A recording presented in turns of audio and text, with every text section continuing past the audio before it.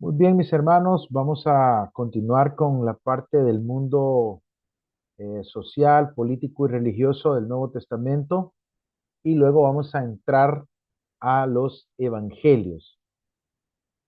Vamos a terminar hablando de este tema que dejamos comenzado en la sesión anterior. Recuerden que estuvimos hablando acerca del periodo del intertestamento, el periodo intertestamentario, que es lo que sucedió en el periodo del intertestamento, entre el periodo del post-exilio, de la restauración de Israel, de Judá, de Jerusalén, y el inicio del periodo del Nuevo Testamento. Podríamos decir básicamente que el periodo del intertestamento se encuentra entre el periodo griego y el periodo romano. Se encuentra específicamente, comienza desde el periodo babilónico con el exilio, ¿verdad? Porque se destruye el templo y de ahí se reconstruye el templo. En el tiempo de los persas se reconstruye el templo en el segundo periodo. El primero es el babilónico, el segundo es el medo-persa. Luego está el periodo griego, luego greco-sirio y junto con el greco-sirio está el macabeo. Y luego viene el periodo romano. Entonces, digamos que entre el periodo griego y romano se lleva a cabo lo que es el tiempo del intertestamento. Y allí se consolidan muchas cosas que vamos a encontrar ya en la lectura del Nuevo Testamento. Cuando nosotros ya leemos el Nuevo Testamento, nosotros vamos a encontrar muchas de las cosas que surgieron en el periodo intertestamentario. Ahora, estuvimos hablando de que las invasiones recurrentes, primero invade Babilonia, luego invade el imperio medo-persa a los judíos, luego invade los griegos, luego el control bajo los Ptolomeos y los Seleucidas, los macabeos y finalmente bajo los romanos. Todos estos movimientos políticos ocasionaron una respuesta. Recordemos que los griegos trataron de helenizar. ¿Qué era helenizar? Helenizar era conquistar culturalmente con la cultura de los griegos y el lenguaje de los griegos y el pensamiento de los griegos a los pueblos que eran subyugados bajo el control del imperio romano, perdón, del imperio griego. Entonces se daba la helenización, la promoción de la cultura y la adopción de la cultura de los griegos. Entonces, los griegos trataron de forzar a los pueblos para que adoptaran su cultura, así es decir, no les daban opción. Entonces, ¿qué pasa? Los judíos tienen una reacción ante esto. Y en el pueblo judío se dieron dos grandes actitudes ante estos acontecimientos. Lo primero, o la primera de estas fue la actitud de aceptación y acomodación.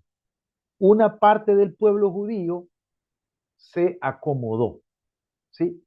Esta fue una vasta mayoría, la ruta que los saduceos tomaron. Los saduceos eran la aristocracia dominante de Israel, es decir, eran la clase pudiente, eran la clase dominante de Israel.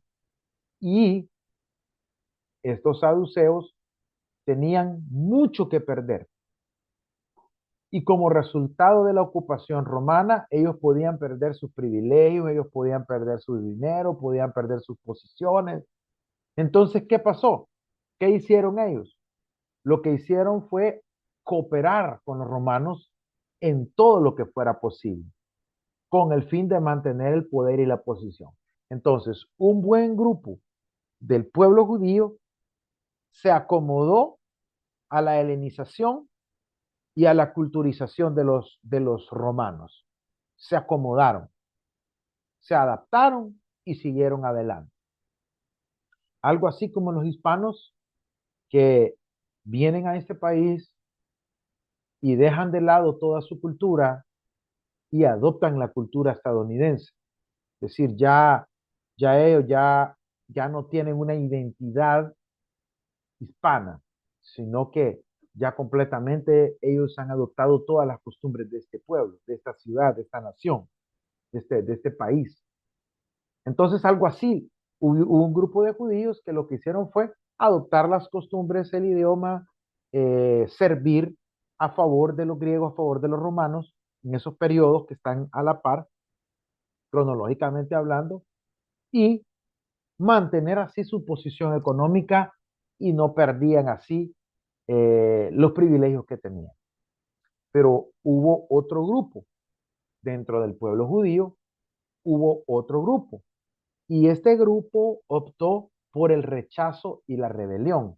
Mientras un grupo se acomodó y se adaptó y aceptó los cambios culturales, hubo otro grupo que no estuvo de acuerdo y rechazaron y se rebelaron contra los poderes fácticos que estaban en dominio de la política de aquella época.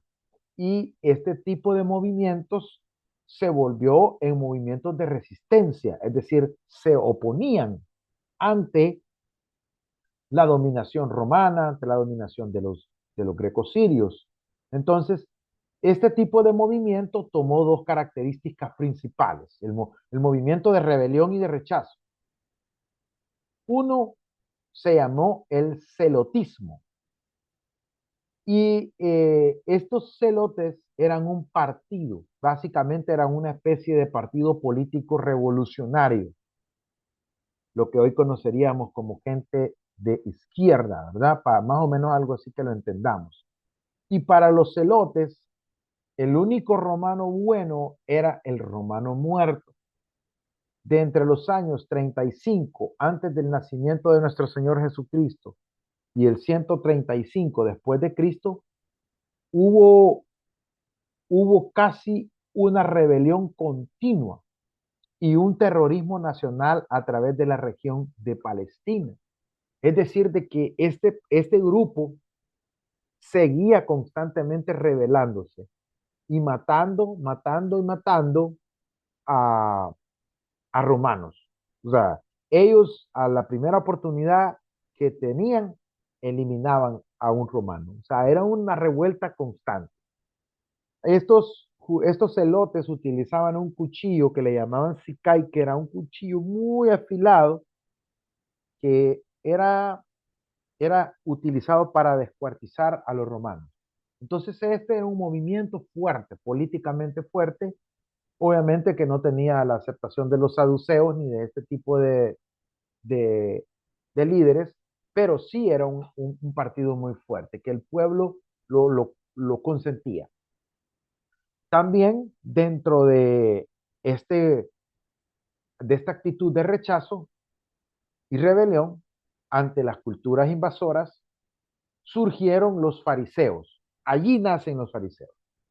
Por el otro lado, los fariseos practicaron una resistencia religiosa sin violencia para resistirse al proceso de la helenización. Eh, los, los fariseos no fueron como los celotes que tomaron las armas, sino que los fariseos lo que hicieron fue una resistencia de tipo religioso, es decir, que se aferraron a sus creencias religiosas con el propósito de mantenerse sin contaminación cultural.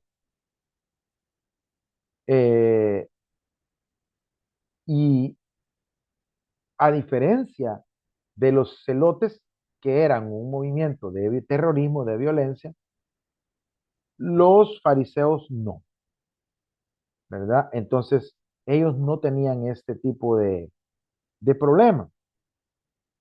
Y ellos sustentaban básicamente su creencia en Éxodo 19, 5 y 6, Dice, ahora pues, si diereis oído a mi voz y guardareis mi pacto, vosotros seréis mi especial tesoro sobre todos los pueblos, porque mía es toda la tierra. Este básicamente era uno de los textos en los que ellos se basaban. Y luego en el versículo 6 del Éxodo 19 dice, y vosotros me seréis un reino de sacerdotes y gente santa. Estas son las palabras que dirás a los hijos de Israel. Básicamente, estos textos fueron los que inspiraron la resistencia del movimiento de los fariseos. Por eso es bien importante que nosotros entendamos que los fariseos, aunque en la narrativa de los evangelios se oponen a Jesús, y por eso nosotros podemos llegar a pensar que ellos eran malos, en realidad ellos eran gente muy religiosa, muy sometida. El problema fue que no estaban abiertos al mensaje del reino. Pero por lo demás, esta gente era gente que trataba de cumplir la palabra, era gente que se habían vuelto hasta cierto punto con una obsesión exagerada por la letra de la ley y por el cumplimiento de la ley. Entonces, esta fue otro grupo que se levantó. Uno fue un movimiento político, los celotes, y otro fue los fariseos, que es un movimiento más de carácter religioso. Ahora, recuerde que cuando nosotros leemos el Nuevo Testamento, aparecen los fariseos y aparecen los saduceos. Y nosotros a veces no podemos explicar cuál es la diferencia entre los fariseos y los saduceos. Ahora ya lo sabemos. Los saduceos era un grupo aristócrata. Generalmente los saduceos estaban vinculados al templo, porque aquí recuerde que ya había sido reconstruido y ya en el tiempo de Jesús había sido reconstruido por Herodes el Grande, o sea que ese templo ya había recuperado la belleza. Entonces, a los saduceos trataban de mantener su posición política y su posición económica para poder mantener el control del templo.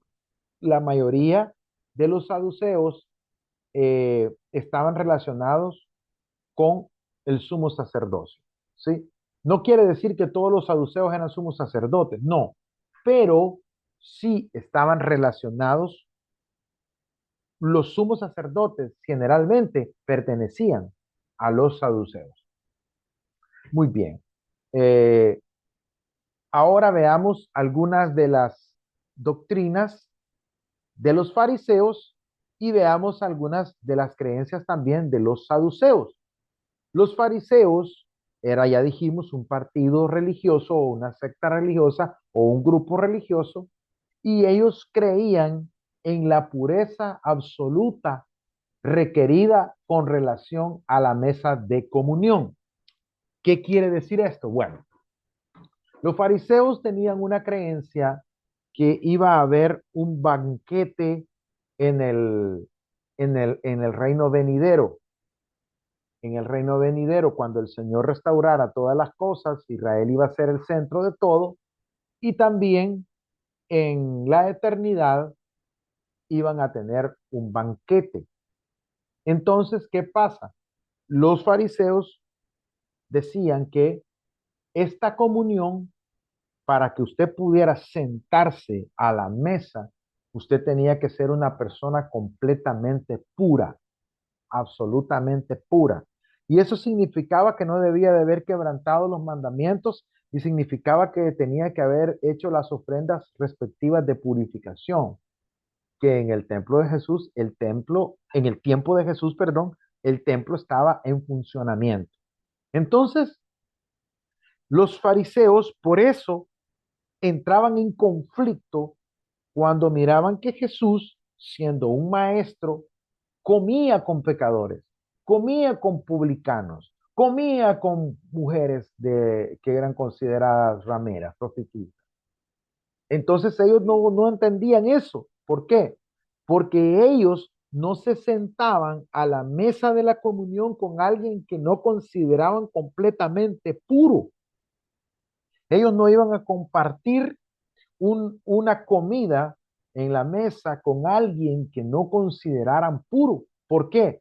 Porque si usted se sentaba a comer a la mesa con un fariseo, ellos estaban entendiendo que en el juicio final, en el banquete final, el reino final, en la vida, en la era venidera, usted iba a disfrutar también de la comunión eterna, del banquete allá en la vida eterna, en la eternidad. Entonces, por esa razón, ellos no compartían los alimentos con cualquier persona. A eso se refiere que cuando dice aquí el material que creían en la pureza absoluta requerida en relación a la mesa de comunión. Desde aquí en la tierra ellos no comían con alguien que consideraban impuro. ¿Y a quién no, y a quiénes consideraban impuros ellos? Bueno, a los extranjeros, a los extranjeros. Para ellos todo extranjero era impuro.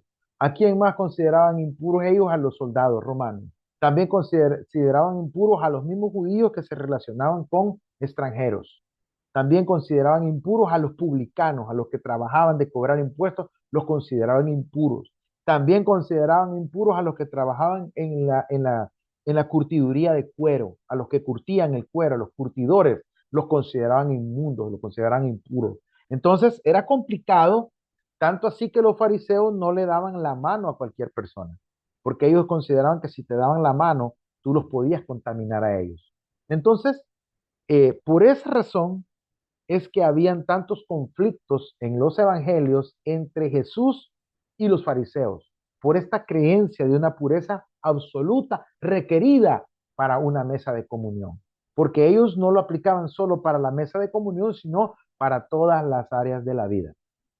También eh, ellos tenían como creencia una cuidadosa observación de los diezmos. Ellos eran tan estrictos con respecto al pago de los diezmos que ellos llegaban a un punto en el que contaban la cantidad de hojas que les tocaba diezmar de menta, contaban la cantidad de granos que les tocaba diezmar, porque ellos querían ser exactos, ellos no querían fallar, ellos querían dar lo que les correspondía, ellos no querían fallar. Entonces, ellos llegaron a unos extremos bien impresionantes.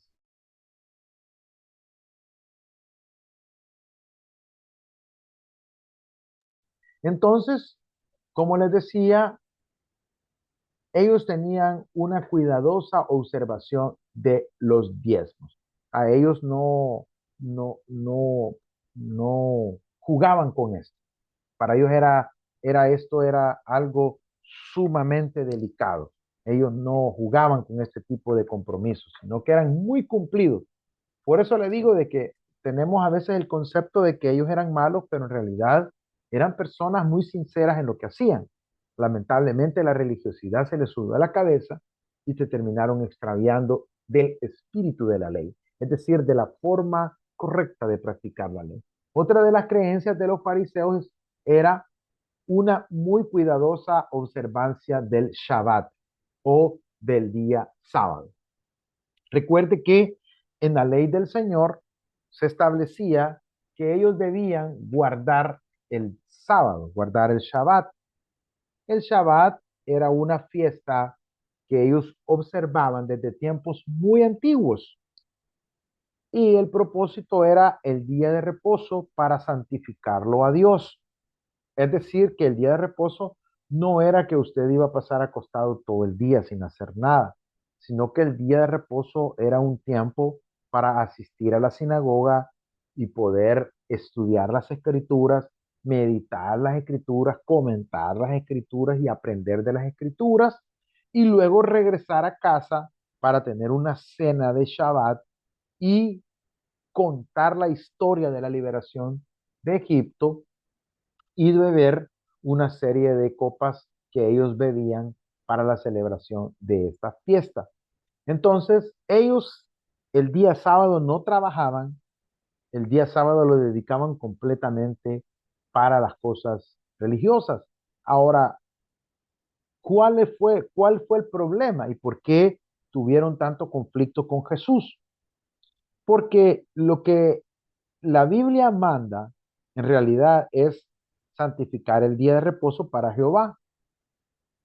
Pero vinieron los fariseos y sus maestros, los rabinos, empezaron a hacer una serie de análisis acerca de qué cosas eran permitidas y qué cosas no eran permitidas en el Shabbat.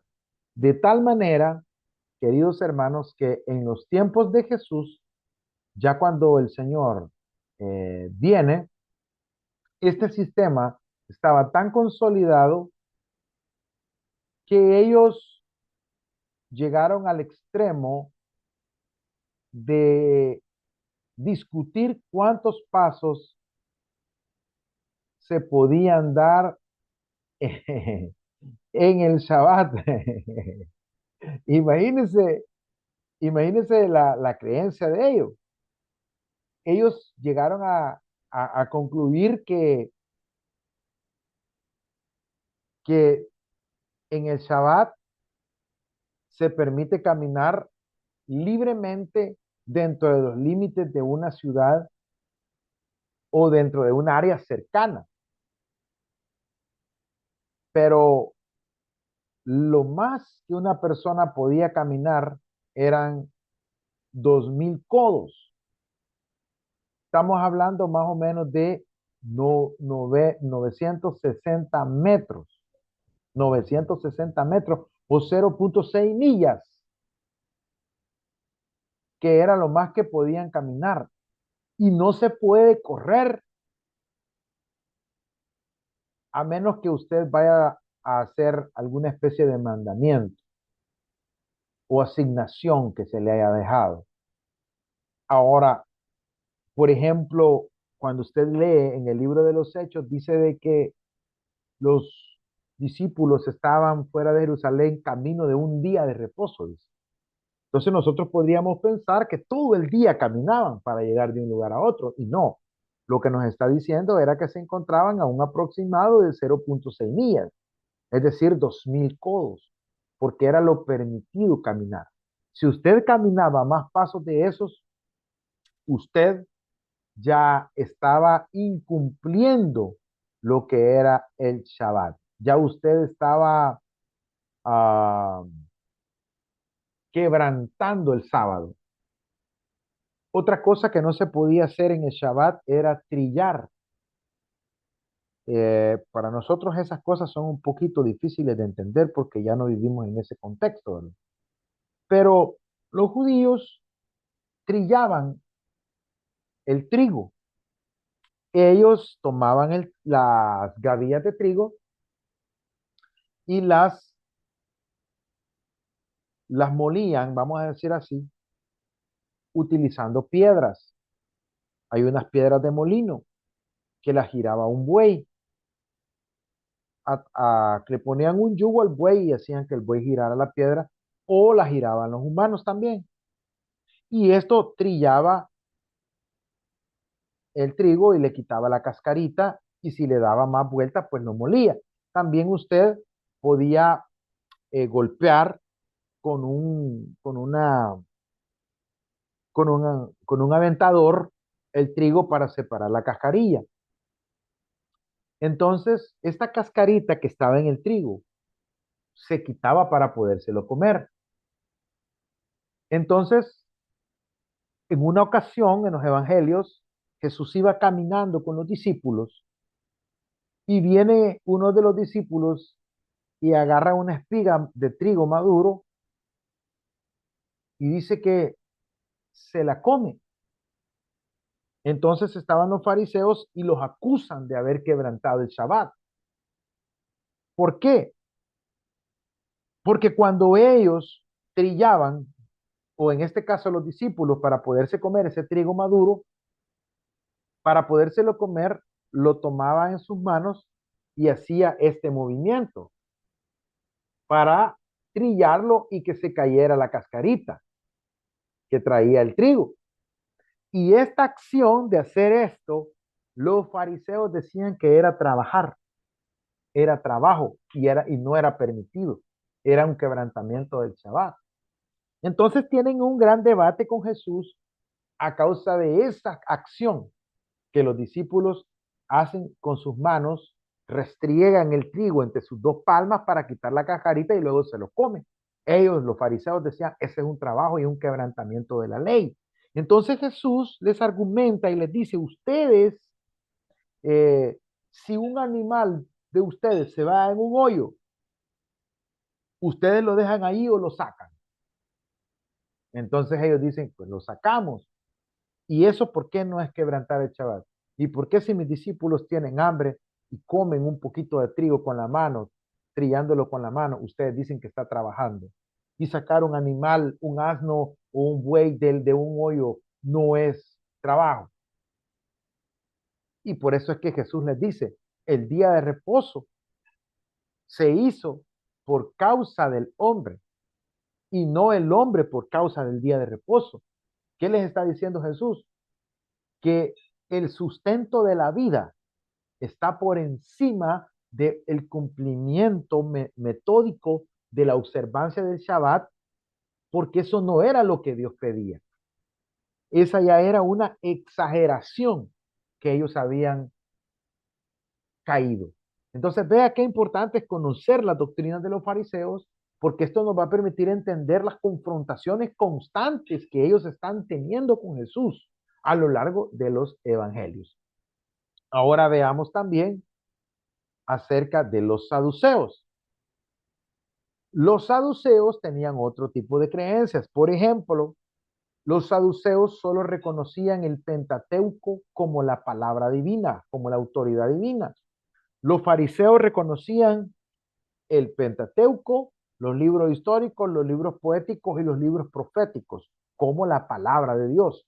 Para ellos todo eso era palabra de Dios. Para los saduceos no. Para los saduceos solo los 5 libros de Moisés eran autoridad. Lo demás, ellos lo tenían como libros buenos y literatura, pero no como palabra de Dios.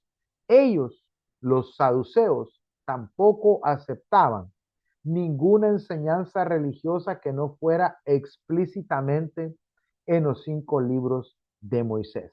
Es decir, de que todo lo que no estaba escrito en los 5 libros de Moisés, ellos no lo admitían, ellos no lo aceptaban. Para ellos, nada más esos libros eran la autoridad. Ahora, tampoco los saduceos aceptaban la resurrección. A diferencia de los fariseos, que los fariseos sí creían en la resurrección y en la vida futura. Los saduceos no. Ellos no creían en la resurrección de los muertos. Por eso, si usted se fija, hay un pasaje en el Nuevo Testamento en el que uno de estos le dice a Jesús, si una mujer tiene un marido y el marido se muere y su hermano se casa con la mujer del difunto y éste también muere y luego muere la mujer, ¿de quién será esposa en la vida eterna, en la vida futura? ¿Sí? Entonces Jesús les dice, erráis desconociendo las escrituras, porque en el cielo ni se casan ni se dan en casamiento. Es decir, de que Jesús les establece que en la vida eterna las condiciones de vida son diferentes a las condiciones terrenales. Pero para que ustedes vean los conflictos, ¿por qué tenían estos conflictos con Jesús? Porque él sí creía en la vida eterna, él sí creía en la resurrección, pero los saduceos no, no la aceptaban. Y por eso tenían fuertes confrontaciones con Jesús. También los saduceos no aceptaban el ministerio de los ángeles. Los saduceos no creían en los ángeles, mientras que los fariseos sí, y Jesús también.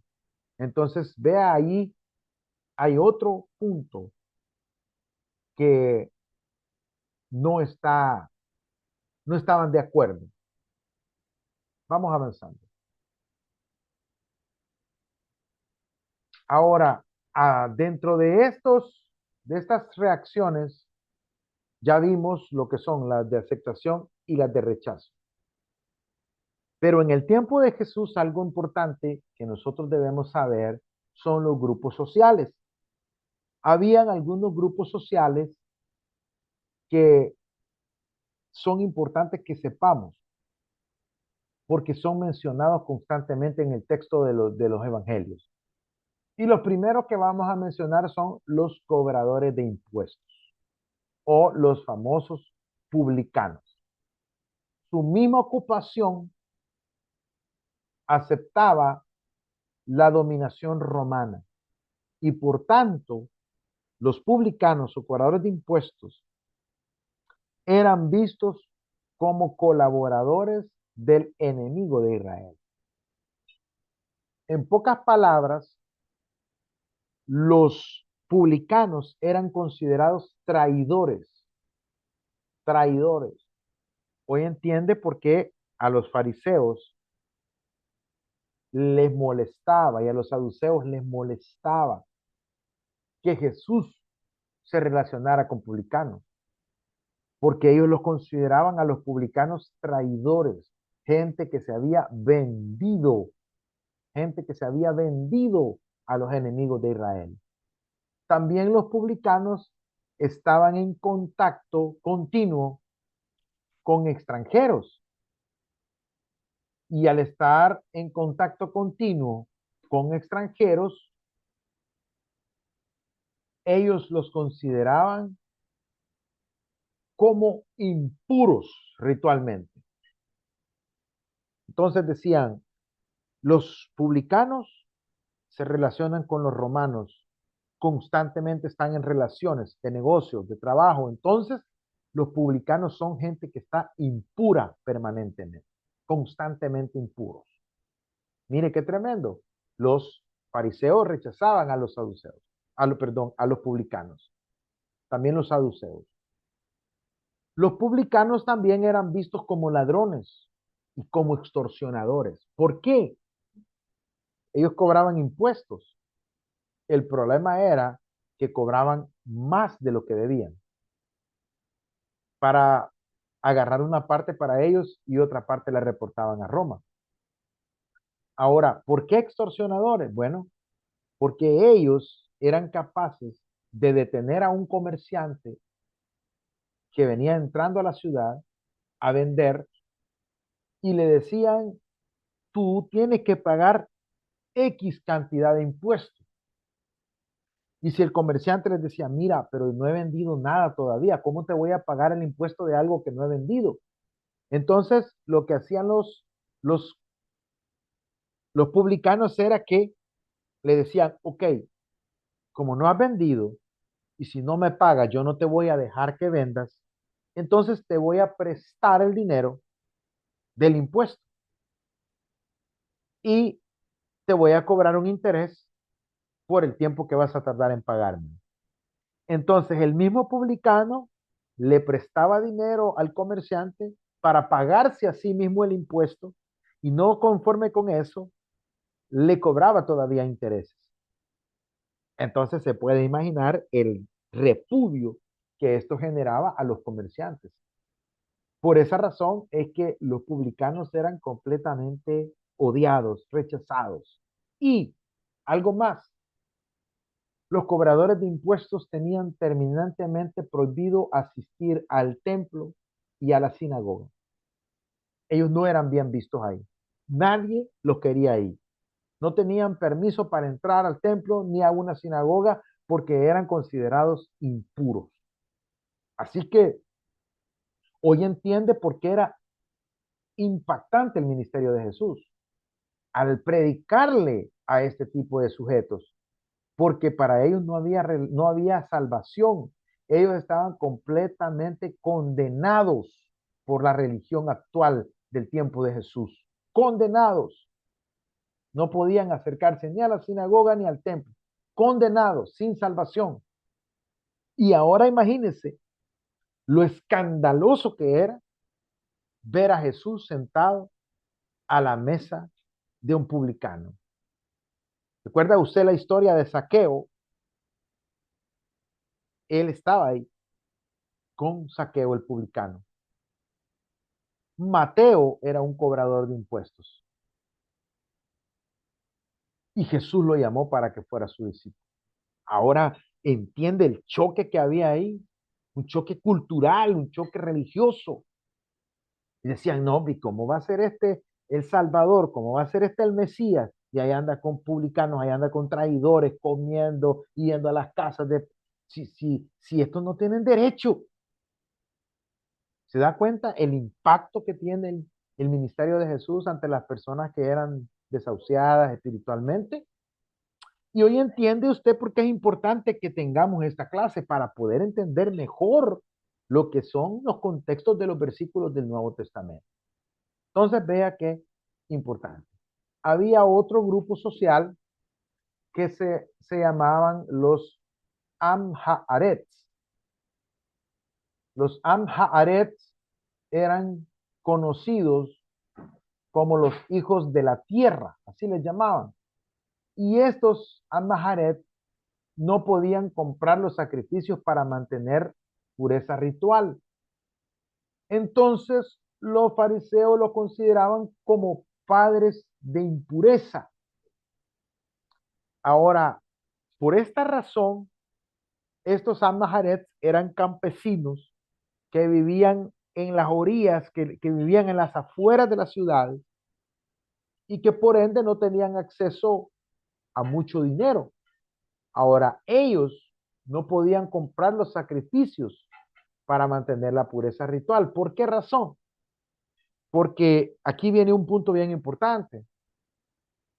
Porque los saduceos habían establecido una moneda propia en el templo. Es decir, que si usted quería ofrecer un sacrificio en el templo, usted tenía que cambiar dinero para poder comprar un animal puro de los que tenían ahí en el templo.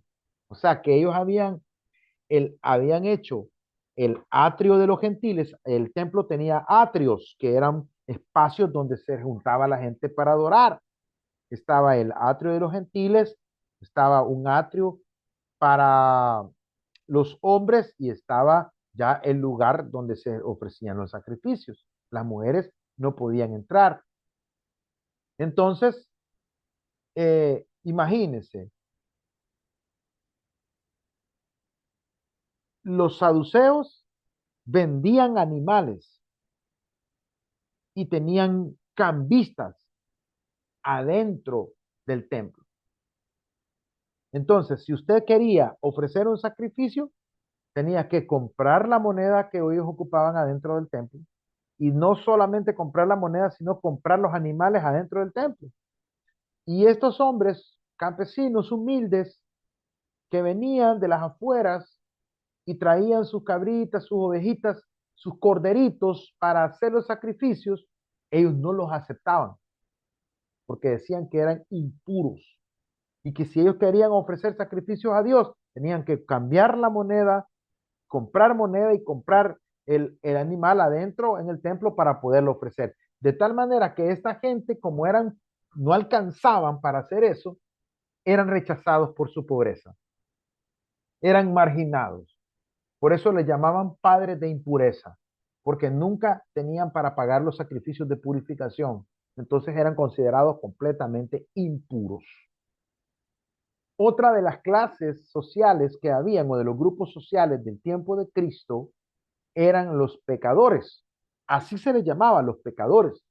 A veces nosotros cuando leemos que dice que Jesús comía con publicanos y pecadores, nos imaginamos que se está refiriendo a lo mismo. Pero los pecadores era un grupo social. Y estos pecadores consistían en apóstatas judíos quienes veían su herencia religiosa como irrelevante o deliberadamente eligieron rechazarla en su totalidad. Es decir, que estos no eran pecadores simplemente porque desatendieron las regulaciones de pureza de los fariseos o de los saduceos, como los Amaharet, sino porque ellos, es decir, los pecadores, eran moralmente corruptos y espiritualmente vacíos. Es decir, que este grupo social no les interesaba nada de la religión. No les interesaban las religiones de las costumbres de los fariseos, ni les interesaba el templo, ni les interesaba nada de lo que esta gente pudiera ofrecerles. Absolutamente nada. Por eso eran considerados pecadores, los pecadores. Y esta gente es a la que Jesús le predicaba. Esta gente es a la que Jesús les compartía la palabra. Esta gente es la que dice que Jesús comía con publicanos, pecadores y con rameras. Interesante, ¿verdad? Yo creo que muchos de los que se creen muy santos hoy no se hubieran congregado en la iglesia de Jesús, porque hay gente que anda viendo dónde está el más santo para ver a dónde se va a ir a congregar. Pero Jesús recibía a toda esta gente y les predicaba. Eso sí que les predicaba el arrepentimiento.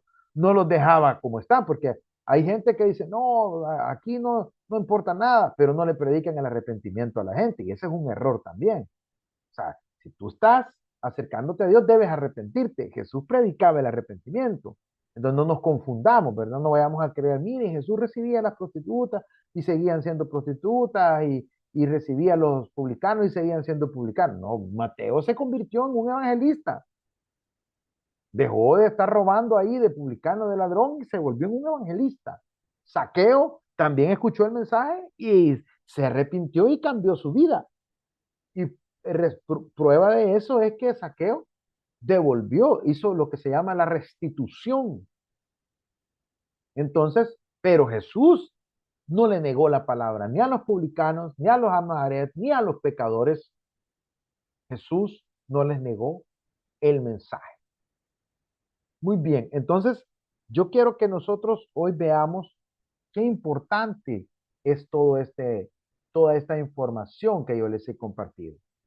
Porque esta información nos va a permitir a nosotros entender el Nuevo Testamento, específicamente los evangelios, donde al cerrar Malaquías y abrir Mateo, ya se nos habla de Herodes, se nos habla de fariseos, se nos habla de saduceos, se nos habla de celotes o cananitas, se nos habla de un montón de personajes que en el Antiguo Testamento ni siquiera se mencionan.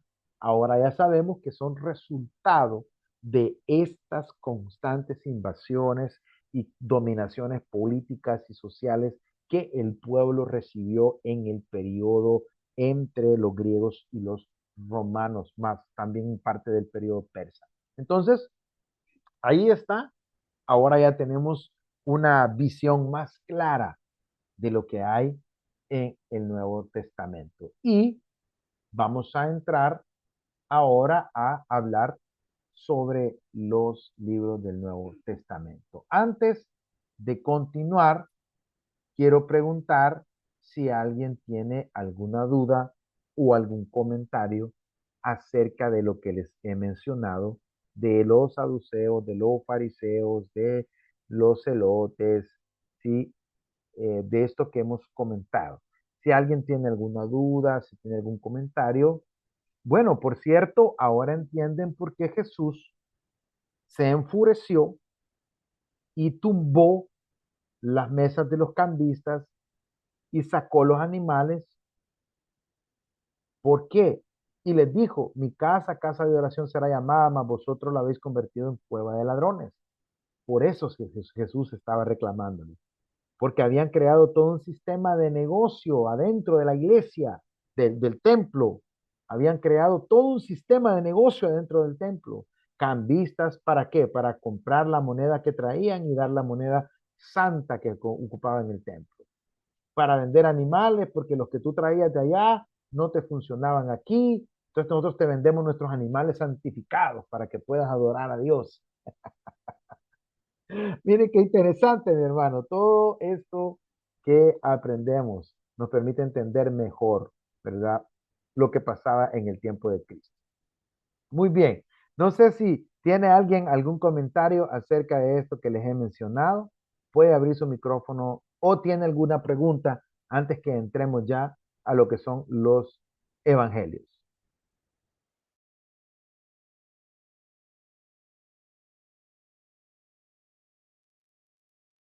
Eso es, buenas noches, pastor. Buenas noches, mi hermana Francis. Dígame. Eso es una línea bien fina porque que se puede, ¿verdad? Transversal entre las cosas, pues, ¿cómo se dice? Es una línea fina eso, porque puede uno caer o la iglesia o la religión en eso de vernos como, este, ay, yo tenía eso en la mente como mercaderes del templo. Porque este, yo me acuerdo una vez que yo fui a una iglesia que quería ir a verla, esto es una anécdota mía, en Nueva York, y cuando entré, lo que encontré fue una venta de todo, de rosarios, de camisetas, y por eso digo que es una línea fina de uno Sí, caer en eso como mercader del templo, pero no sé, ¿verdad? Es simplemente algo que yo vi hace tiempo. Y pues pienso que dado las cosas que pasan en el mundo y todo, o sea, podemos caer en eso de como mercaderes del templo. sí, podemos llegar a construir un sistema que aleje a las personas en lugar de acercarlas a Dios. Podemos llegar nosotros a cometer el error de querer vender cosas que no nos ha llamado el Señor a vender. No quiere Sí, decir exacto. que como iglesia no pueda usted hacer alguna actividad de recolección de fondos, pero el problema es cuando yo ya mezclo lo espiritual y yo ya digo, te vendo esto para tu salvación, te vendo esto para que seas más espiritual. Es como que yo empezara a vender botellas con aceite de la unción para que ustedes tengan poder del Espíritu Santo y ustedes me las compren. Y si ustedes no compran ese aceite que yo les vendo, pues los demonios no les van a obedecer. Ya allí yo ya estoy corrompiendo lo que es la salvación. Y algo así estaba pasando en el tiempo de Jesús, ¿sí? Ellos estaban diciendo, tus animales que tú crías allá en tu pueblo, en tu cantón, en tu ciudad, perdón, en tu aldea, no sirven aquí porque no son santos. Solo los animales que yo te vendo son santos. Entonces, el maestro no comió cuento, ¿verdad? Jesús no comió el cuento y le dio vuelta a los cambistas, a las mesas de cambistas, porque era interesante, ¿verdad? La pregunta es, ¿qué tenían que hacer cambistas en el templo? ¿Y qué tenían que hacer mercaderes en el templo? Se supone que era un lugar para ir a adorar. Ahora, ¿por qué Jesús se enfureció? Según algunos expertos, la parte que los cambistas y los mercaderes de animales habían profanado era el atrio de los gentiles. Había dentro del templo algo que se llamaba el atrio de los gentiles, que era una parte donde podían llegar a adorar aquellos extranjeros que se habían convertido a la religión del judaísmo y tenían la oportunidad de peregrinar, ¿sí? Y por esa razón Jesús se enfureció, no solo por el hecho que estuvieran vendiendo cosas, sino por el lugar donde las estaban vendiendo, porque las estaban vendiendo en una parte que había sido destinada para que los extranjeros se acercaran a adorar a Dios. Y con eso lo que los saduceos estaban diciendo es, no nos importa que la salvación llegue a los extranjeros, no nos interesa el dinero, no la salvación de los que no conocen a Jehová. Entonces allí Jesús se enfurece y destruye las ventas, les da vueltas a las mesas de cambio eh, y, y, alborota a los animales, etcétera, ¿verdad? Ahí en la película se mira muy bonito eso, y hay películas donde se muestra bien eso. No se da mayores detalles en los evangelios, pero sí se sobreentiende que la cuestión fue complicada. Esa es la razón, mis hermanos, porque había un sistema corrupto que estaba eh, excluyendo a muchos. La salvación para los extranjeros, impidiendo que los pobres llegaran y pudieran adorar con sus propios animales ofrecidos a Dios. cuando en el Antiguo Testamento no hay ninguna concesión para que se críen animales en el templo y se le vendan a la gente. En el Antiguo Testamento los adoradores llevaban su animalito que ellos habían criado de su rebaño y lo presentaban a los sacerdotes para adoración. Muy bien, gracias Francis por su comentario. Ahora vamos a entrar a lo que son los evangelios. Entramos ya ahora a otro tema que nos va a permitir seguir creciendo en el conocimiento de la palabra. Ahora vamos a estar hablando, tal vez no lo pueda terminar todo hoy. Perdón, no se olvide Sí, poner el recording, pastor. no lo detuve, mi hermanita, pero gracias por Oh, el recordatorio. gracias, Es bienvenido. gracias, Es gracias, bienvenido el recordatorio, hermano. gracias. Muy bien. Vamos a hablar sobre los evangelios sinópticos y hechos de los apóstoles. Evangelios sinópticos y hechos de los apóstoles. En este curso que ya estamos iniciados, vamos a continuar estudiando libro por libro de cada uno de los que componen el Nuevo Testamento. Así como nos venimos, Génesis, Éxodo, Levítico, Números, Deuteronomio, Josué, Jueces, Ruth, Esther, y hasta que llegamos al último profeta menor. Así ahora vamos a comenzar Mateo, Marcos, Lucas, Juan, Hechos, sí, Romanos, Corintios. Vamos a ir en orden hasta que lleguemos al Apocalipsis. Pero como esto es sumamente amplio, en realidad los estudios bíblicos son sumamente amplios. Nosotros nos vamos a enfocar principalmente, número uno, en la paternidad literaria. ¿Qué es la paternidad literaria? Es decir, ¿quién lo escribió? ¿Quién es el escritor? Nos vamos a detener en el tema principal del libro. ¿Cuál es el tema central de este libro? Por ejemplo, de Mateo, de Marcos, de Lucas, etcétera. El versículo clave. ¿Cuál es aquel texto que nos permite entender mejor el tema del libro? El propósito del libro. ¿Para qué se escribió este libro? ¿Qué es lo que se estaba persiguiendo cuando este libro se escribe? Luego, sus destinatarios o su destinatario. ¿Qué es eso? ¿A quiénes fue escrito este libro? ¿A quiénes fue dirigido este libro? ¿Sí? Entonces vea, y algunos otros aspectos como la estructura de los libros y algunos contenidos importantes. Entonces vea que en este estudio nos vamos a enfocar en eso.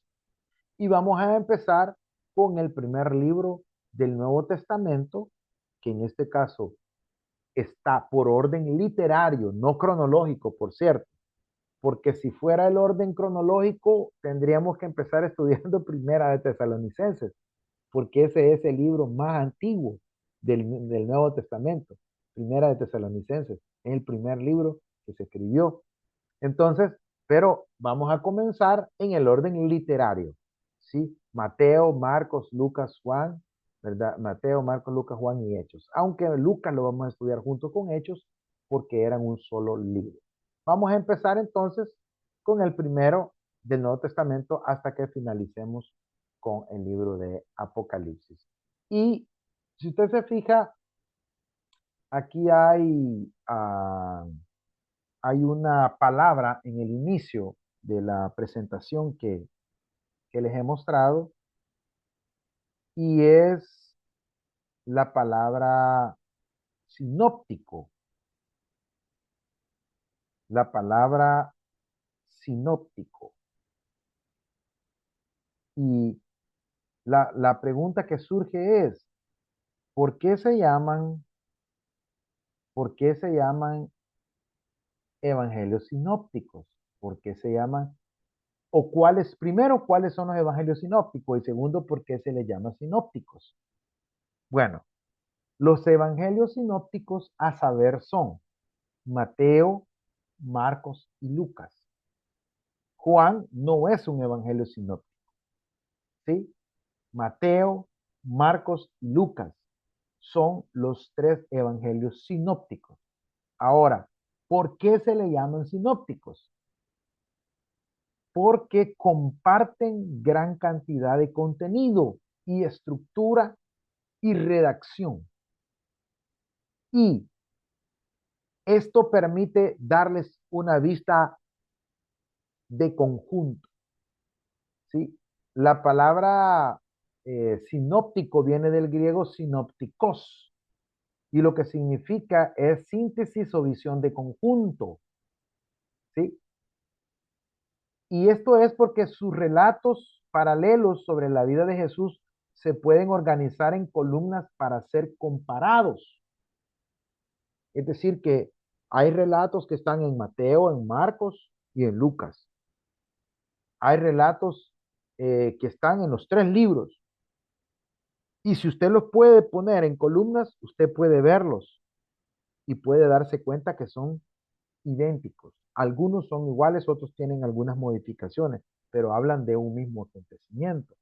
Entonces, a esa acción de estudiarlos de conjunto, aquellas partes que son similares, es a lo que se le llama sinóptico.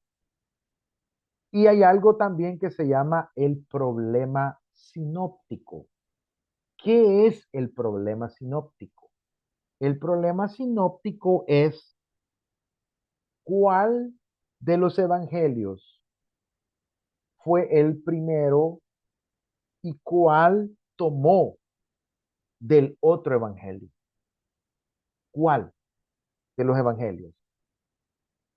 Hacía muchos años atrás se creía que Mateo era el primer evangelio que había sido escrito. Ahora sabemos que el primero que se escribió fue Marcos. Y Marcos sirve de base para Lucas y para Mateo. Esto se llama interdependencia documentaria.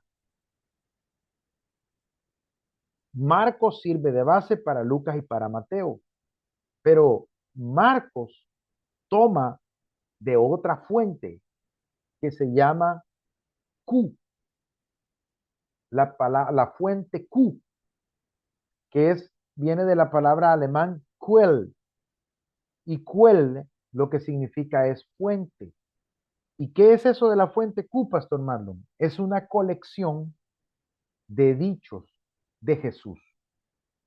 Las palabras de Jesús fueron puestas en un documento al que los especialistas le llaman Q o fuente Q.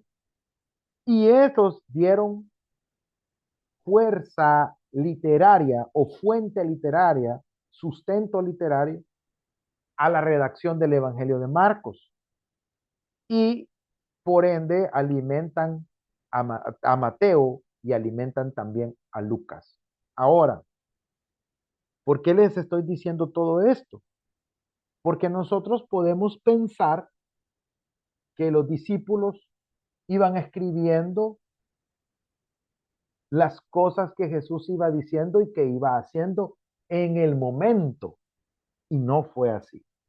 Los discípulos o los que escribieron, los evangelistas que escribieron los cuatro evangelios, los escribieron posterior a la muerte y resurrección de Jesús. No los escribieron en el momento.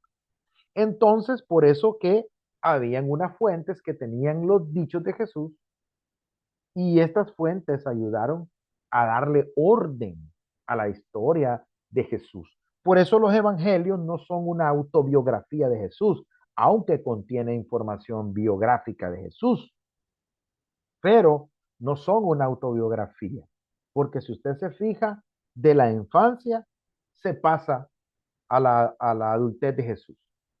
Solo Lucas registra un poco de la infancia de Jesús, luego los demás evangelistas no. ¿Por qué? Porque no es una biografía de Jesús como tal, sino que es una historia teológica acerca de la vida de Jesús. Entonces, les explico esto para que ustedes vean lo complejo que es. Nosotros solo agarramos la Biblia y la leemos, pero no nos damos cuenta todo el proceso que la Biblia ha llevado para que hoy la podamos tener en nuestras manos. Por eso vale la pena que la leamos, vale la pena que la estudiemos, vale la pena que le pongamos amor, porque es una obra poderosa que nos ha dejado. Entonces, habiendo dicho esto, ya sabemos que cuando hablemos de los evangelios sinópticos, nos estamos refiriendo a Mateo, Marcos y Lucas. Juan no es sinóptico. Juan tiene otra forma literaria, otra estructura literaria diferente a la de estos tres evangelios. Entonces, vamos a empezar estudiando ahora el evangelio de Mateo, ya sabiendo que que no fue el primer evangelio que se escribió, ¿ok?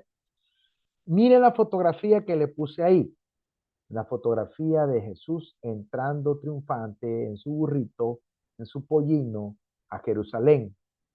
Ahora, ¿por qué le puse esa imagen? Porque Mateo es el evangelista que más enfatiza que Jesús es el Mesías Rey de Israel. Para Mateo, Jesús es el Mesías Rey. Y todo su libro va a estar estructurado de acuerdo a ese postulado. Jesús es el Mesías Rey de Israel. Hablemos un poco del autor, aunque este evangelio no identifica a su autor, es decir, de que cuando usted abre Mateo capítulo 1, por ejemplo, usted no dice libro escrito por el apóstol Mateo. No, el libro comienza y dice libro de la genealogía de Jesucristo, hijo de David, hijo de Abraham. No dice yo, Mateo, lo escribí. Aunque el libro no dice quién es su autor, la tradición de la iglesia primitiva lo atribuye a Mateo, al que también identifican como Leví.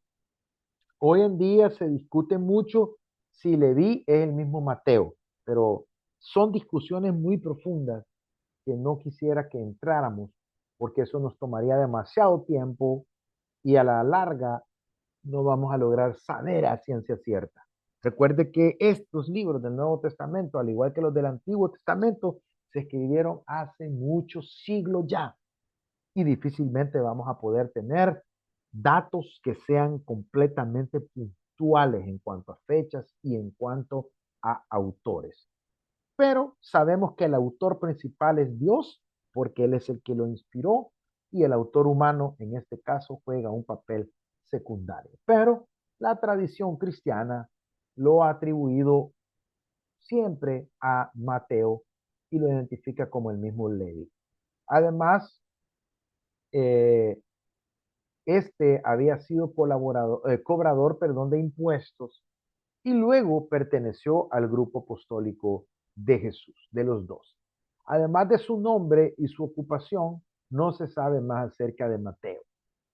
Algunos escritos de principios del siglo II dicen que Mateo predicó durante 15 años en Palestina, pero luego emprendió una empresa misionera hacia otros países.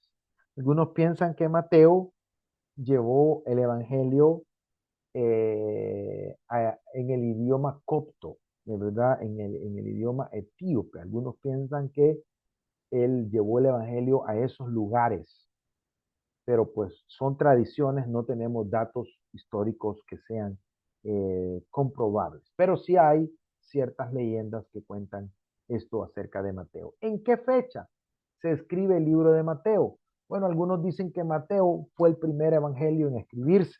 Sin embargo, como si aceptamos esta postura, que tanto Mateo como Lucas tomaron como base el Evangelio de Marcos, con ello se le adjudicaría a Mateo una fecha posterior a Marcos, entre el 50 y el 75.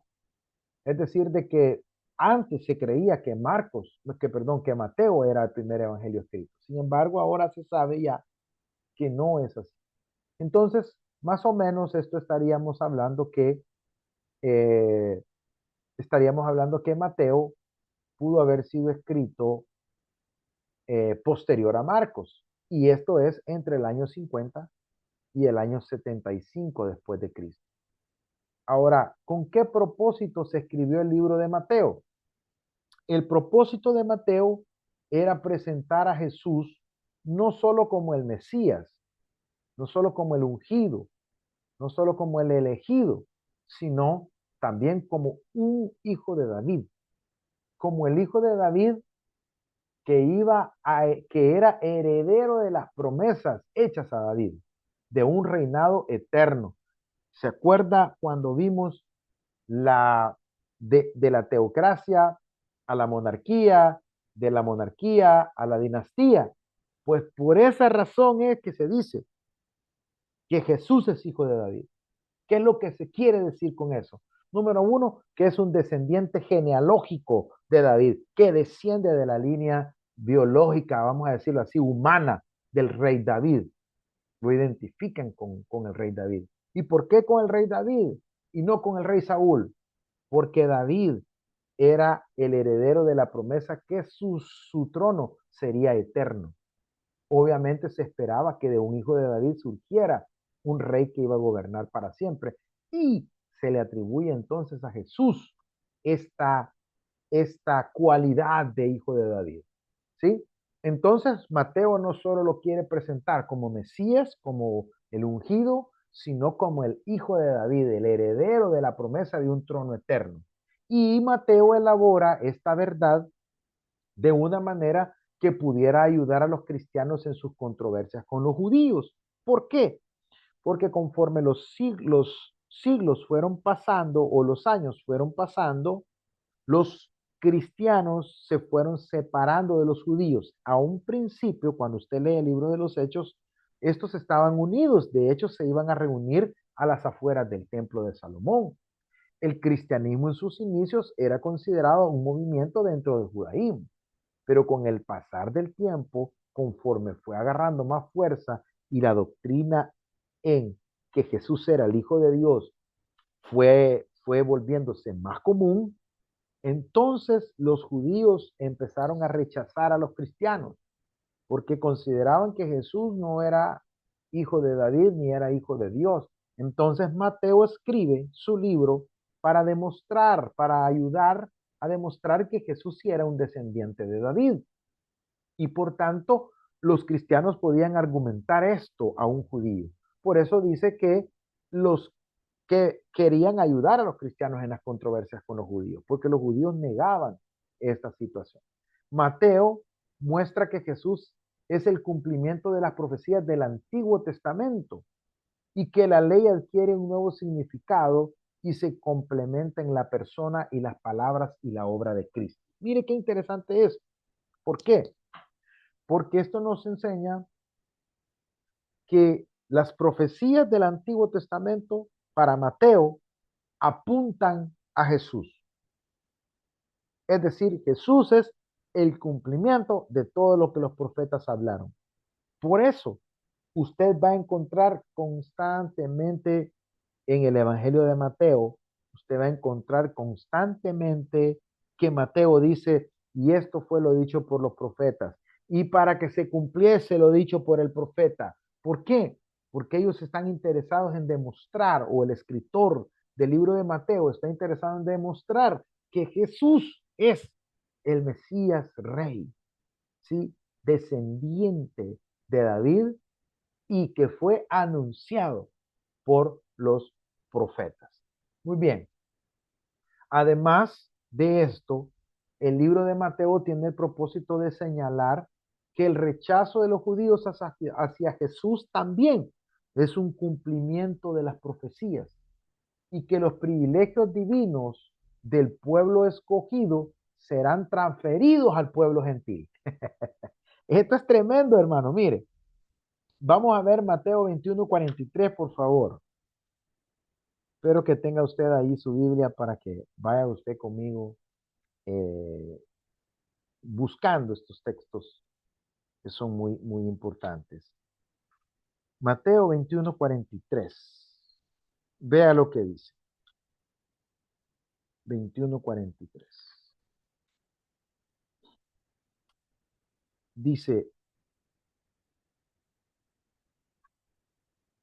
Por tanto, os digo que el reino de Dios será quitado de vosotros y será dado a gente que produzca frutos de él. O sea, el Señor está hablando en el contexto de la parábola de los labradores malvados, de aquellos labradores que mataban a los siervos que el señor de la viña, que el dueño de la viña mandaba para que cobrasen lo que le pertenecía. Al final mandó a su hijo, a su heredero, y también los labradores malvados lo tomaron, le echaron fuera de la viña y lo mataron. Entonces surge la pregunta, cuando venga pues el señor de la viña, ¿qué hará a aquellos ladrones? Le dijeron, a los malos destruirá sin misericordia y arrendará su viña a otros labradores que le paguen el fruto a su tiempo. Y Jesús les dijo, ¿nunca leísteis en las escrituras, la piedra que desecharon los edificadores ha venido a ser cabeza de ángulo? El Señor ha hecho esto y es cosa maravillosa a vuestros ojos. Por tanto os digo que el reino de Dios será quitado de vosotros y será dado a gente que produzca frutos de él. ¿Qué es lo que está diciendo el Señor? Que por causa de haber rechazado el mensaje del reino, Israel iba a ser dejado sin la cobertura de Dios. Y ellos ya no iban a ser el pueblo primordial de Dios, sino la iglesia, específicamente el pueblo gentil, aquellos que están buscando de Dios sin importar que no sean judíos. Por eso, hermanos queridos, es que nosotros también somos considerados el pueblo de Dios. No solamente somos la novia del Cordero, como se nos llama, sino también somos considerados el pueblo de Dios. Hoy día hay un fuerte debate acerca de si el Israel nacional que está ubicado en las orillas del Mediterráneo es el verdadero pueblo de Dios o el pueblo de Dios es la iglesia. Ahí hay un debate, hay un grupo que dice que el Israel nacional es el pueblo escogido de Dios a pesar de todo lo malo que han hecho, siguen siendo el pueblo de Dios, pero hay otro grupo que dice ese Israel fue desechado y ahora la iglesia es el pueblo de Dios. Entonces, lo que yo quiero transmitirles a ustedes es que este es el propósito también del libro de Mateo. Señalar que este rechazo de los judíos era un cumplimiento de la profecía y que los privilegios divinos de ellos iban a quedar transferidos al pueblo gentil. También otro de los propósitos de la escritura del Evangelio de Mateo era fundamentar su propósito. Mateo va a citar mucho el Antiguo Testamento. Para lograr comprobar esto, Mateo se va a sustentar en el Antiguo Testamento y va a introducir muchas de las citas por medio de la frase para que se cumpliese. Mire, Mateo 1:22, Mateo 1:23, Mateo 2:5, 2:6, 2:17, 2:18, Mateo 3:3, Mateo 4:14, Mateo 12:17 al 21, Mateo 21:4. Mire, ahí hay una lista de citas que Mateo está usando el Antiguo Testamento. Voy a leer nada más una que tengo aquí cerca, que es el 21:4 de Mateo. 21:4, porque aquí estoy cerquita. Dice el 21:4, dice, todo esto aconteció para que se cumpliese lo dicho por el profeta cuando dijo, decida la hija de Sión, he aquí, tu rey viene a ti, manso y sentado sobre una asna, sobre un pollino, hijo de animal de carga. Entonces vea que ahí está Mateo citando una profecía del profeta Zacarías específicamente, la está citando, ¿para qué? Para demostrar que Jesús era anunciado por los profetas del Antiguo Testamento y que el Antiguo Testamento anuncia todo lo que Jesús está viviendo. ¿Ok? Entonces vea qué interesante los propósitos del libro de Mateo. ¿Sí? Importante. Primero, presentar a Jesús no solo como Mesías, sino como hijo de David. ¿Sí? De tal manera que esto pudiera servir en controversias contra los judíos. También demostrar que Jesús es el cumplimiento de las profecías del Antiguo Testamento. ¿Sí? Siguiente, que el rechazo de los judíos era profecía profético y que los privilegios iban a ser transferidos al pueblo gentil. Y para fundamentar todo esto, se utiliza lo que se llaman las citas de cumplimiento o las famosas frases para que se cumpliese lo dicho o esto es lo dicho por el profeta. La gran pregunta es, ¿a quién iba dirigido este libro de Mateo? Bueno, aunque no es una carta como tal, como las de Pablo, que ya las vamos a ver, es esencial esta palabra aquí. ¿Quiénes eran los que, a quienes iba dirigido el libro de Mateo? ¿Sí? Por las figuras y el lenguaje que utiliza Mateo, todo esto nos indica que su evangelio iba dirigido a cristianos de origen judío. Algunos piensan que había una comunidad de cristianos en una parte de Siria, de judíos cristianos, y que es que Mateo les escribe el evangelio para fortalecerlos en la fe a esta comunidad. Y algunos creen que Mateo era líder allí en esa comunidad. Y por esa razón tiene mucho contenido de citas de profetas y tiene mucho contenido de la cultura judía, porque Mateo entiende que los que iban a leer este libro eran personas que estaban relacionadas con la cultura judía. Entonces, cristianos de origen judío. ¿Cuál es el contenido del Evangelio de Mateo? Es decir, ¿qué es vamos a encontrar al leer el Evangelio de Mateo? Bueno, Mateo agrupa las enseñanzas y los hechos de Jesús en 5 grandes partes. Mire, él agrupa enseñanzas y hechos, ¿sí? Y en 5 partes. Cada división termina con la fórmula y cuando terminó Jesús con estas palabras. Ahí está en Mateo 7:28, en Mateo 11:1, en Mateo 13:53, en Mateo 19:1 y en Mateo 26:1. En estos textos que le mencioné, aparece la fórmula y cuando terminó Jesús con estas palabras. ¿Y qué indica esto? Esto indica que después de este discurso viene una serie de hechos que él va a realizar. Entonces, el Evangelio de Mateo tiene una estructura donde se presenta el discurso y la acción. Discurso y acción. Discurso y acción. De los capítulos 3 al 7 vamos a encontrar el famoso sermón del monte. Y es muy importante esa parte. Esa parte es muy importante. Y ahí eh, tengo un pequeño error de cita. Es del capítulo 5 al 7. Si no es del 3 al 7. Pero yo puse de los capítulos 3 al 7. Encontramos el sermón del monte y no es del 5 al 7. Mateo del 5 al 7 tiene lo que se conoce como el famoso sermón del monte, en el cual Jesús describe cómo debe vivir la gente bajo el reino de Dios. Hermanos, uno de los problemas que tenemos hoy en día en las iglesias es que la mayoría de personas no conocen las enseñanzas de Jesús como tal, las enseñanzas de Jesús, que están en Mateo del 5 al 7. Ahí hay un resumen de la doctrina del reino, de la enseñanza del reino, de la ética del reino, cómo debe vivir aquel que quiere ser un verdadero seguidor de Jesús de Nazaret. Ahí está, del 5 al 7 del Evangelio de Mateo.